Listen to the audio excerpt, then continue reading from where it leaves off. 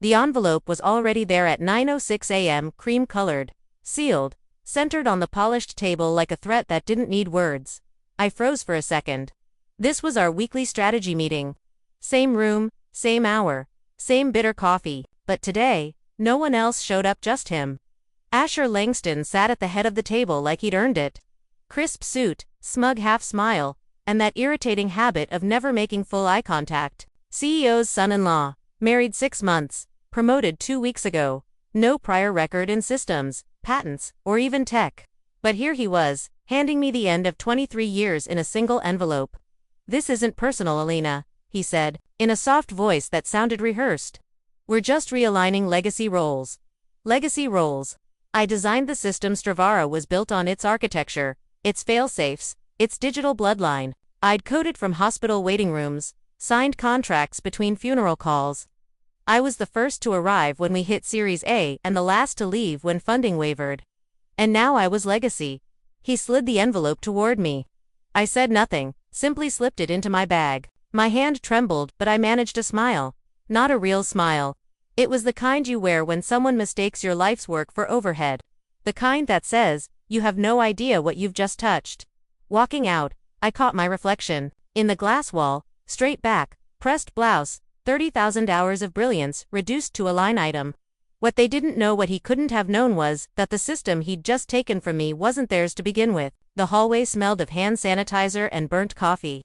Monitors beeped in nearby rooms, the rhythm of machines guarding patients less visible than the ones guarding my secret.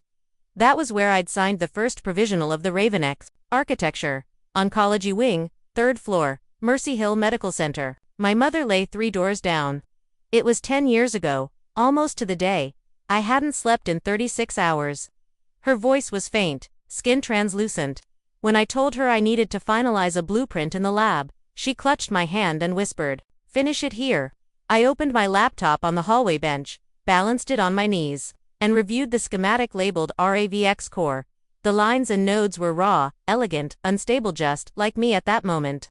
The attorney's email pinged. Temporary filing form attached. I typed my legal name, Elena Hartwell, the name on my birth certificate, and hers. Then clicked sign. I looked up to see her watching from the doorway, IV line like a silk thread, and she nodded. She passed hours later. I didn't share any of that with Stravara. They never asked. They were too busy chasing Series B funding, too eager to slap logos on my code and attach middle managers like barnacles. I kept delivering. They kept assuming ownership. 2 days ago, labeled non-essential. Yesterday, my staff login archived. This morning, Asher with a beige envelope. I sat in my empty apartment afterward, envelope unopened, and felt no panic. I felt recognition. Because 10 years ago, I had quietly opened Hartwell Dynamics, my own LLC in a jurisdiction with rock-solid IP protection, and registered every element of Ravenex under that entity. Core framework, encryption layers, biometric interfaces, all owned by Hartwell Dynamics. Architect Elena Hartwell. I'd never told Stravara. Why would I? They'd assumed ownership simply because I stayed on payroll. Then the email from Verilia Tech appeared. Subject, request for confidential conversation. Stravara's oldest rival. My heart twisted a nauseous, familiar ache.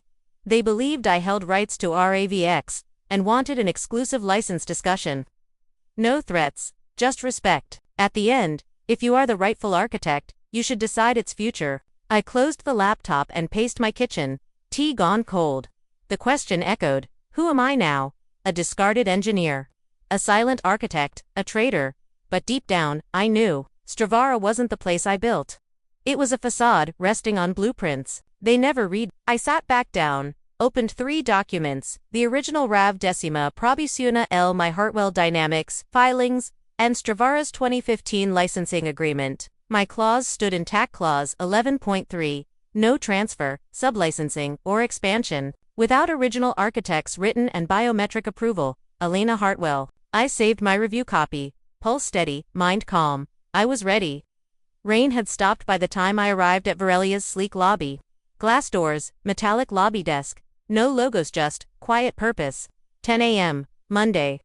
No entourage, no PR team, only a slim leather folder.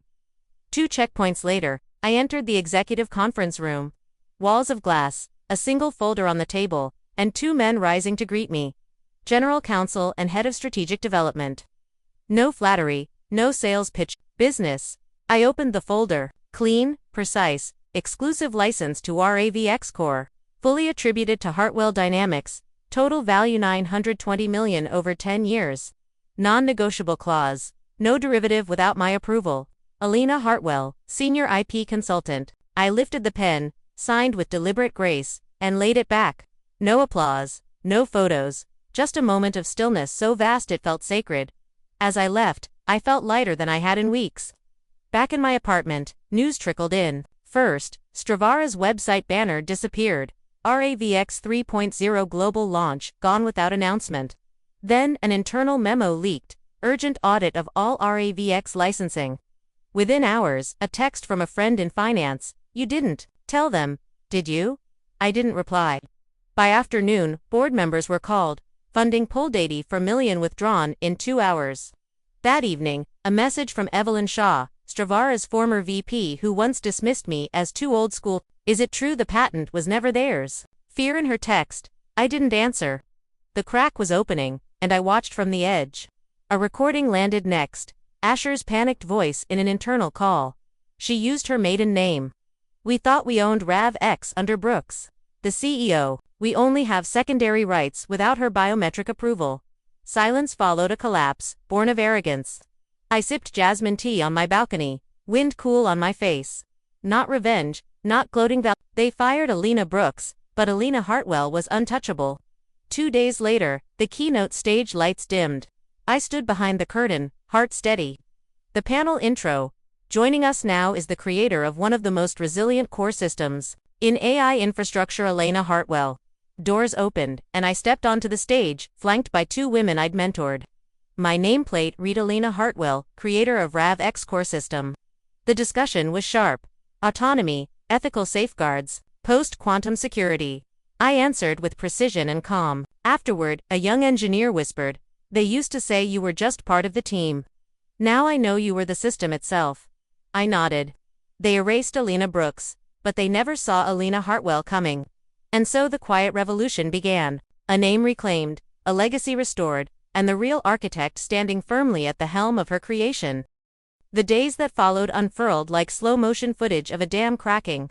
I watched headlines crawl across news tickers, Stravara scrambling, investors whispering about unforeseen legal complications. In office chat channels, screenshots of Clause 11.3 circulated with breathless commentary. Who is this Hartwell person?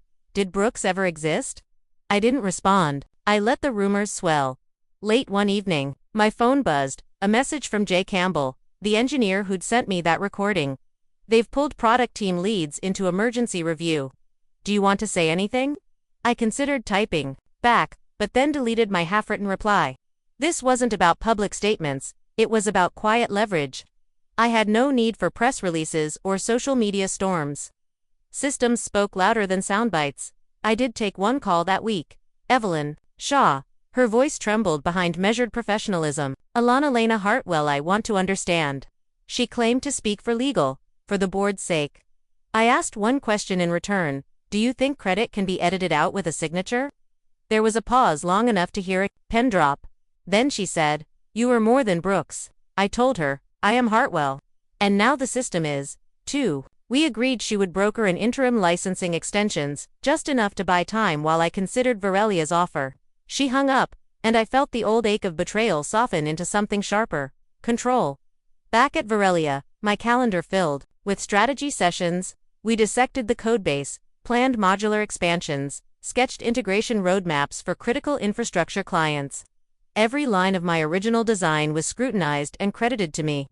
In those rooms, my voice carried weight it had never held at Stravara. I realized how hollow their praise had been. In ones and zeros, I found authenticity. Meanwhile, Stravara's CTO, old colleague named Marcus Lear, reached out on Slack. We need your counsel, he said.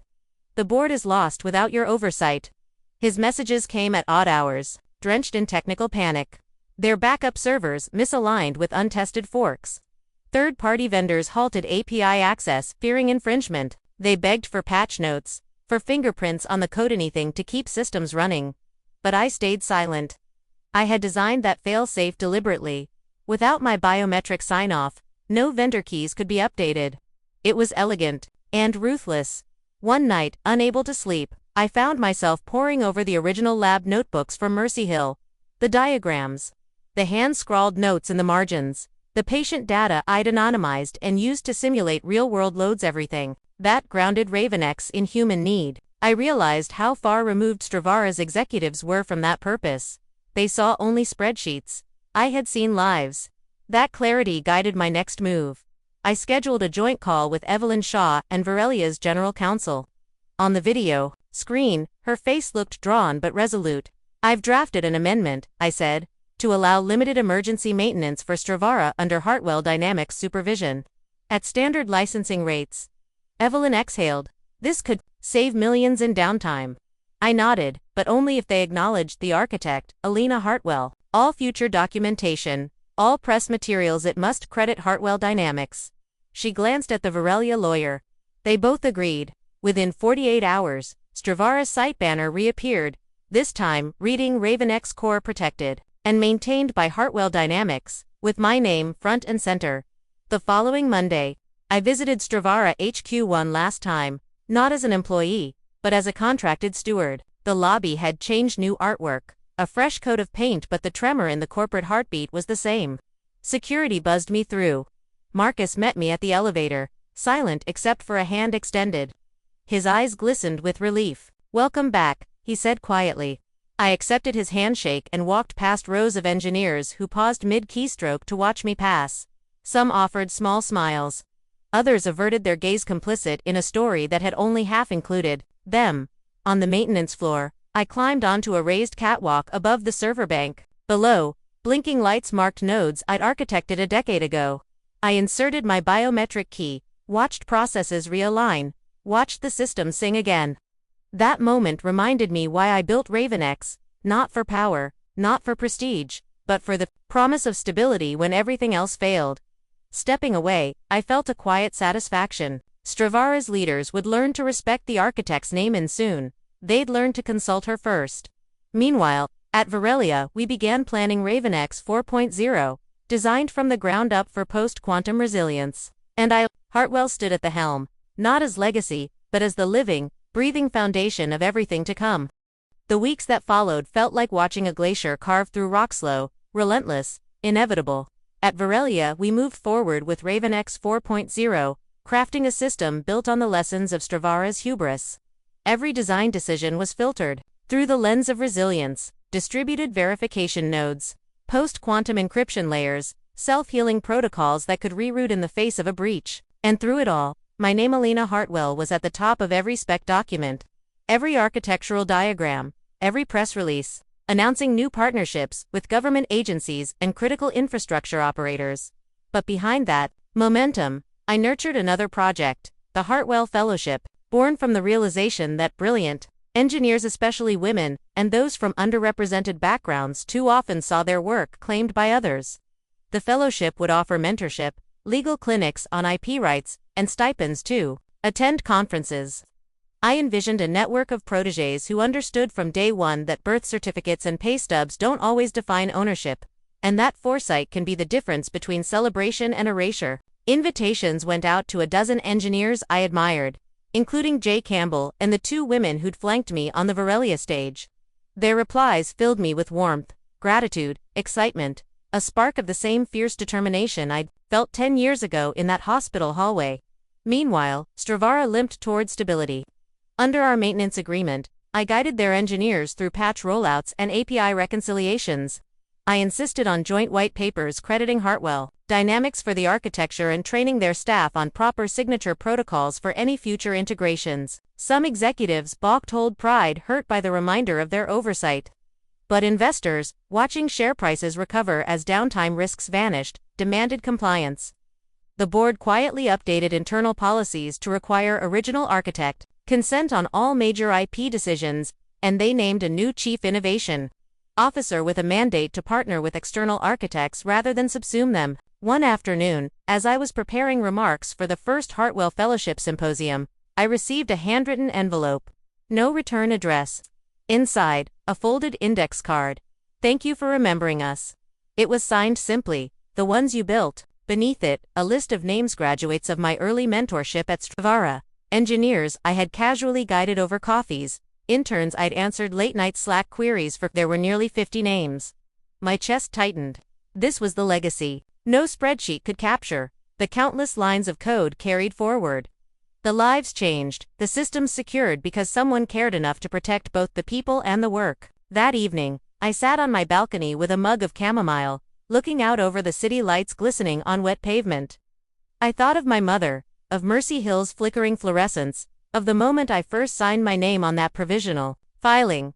Back then, it was fear that drove me, a fear of being erased.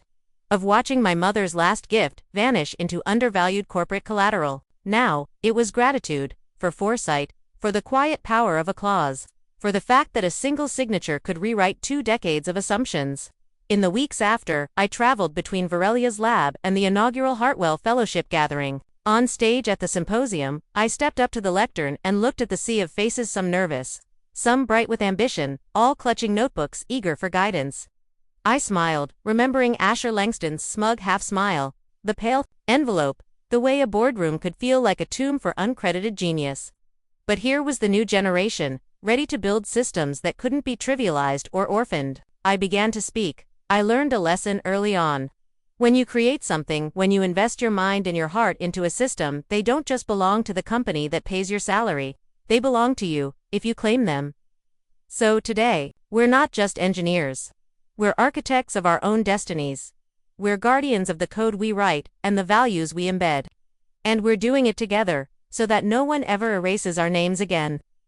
The applause that rose felt nothing like the tentative claps of corporate keynotes.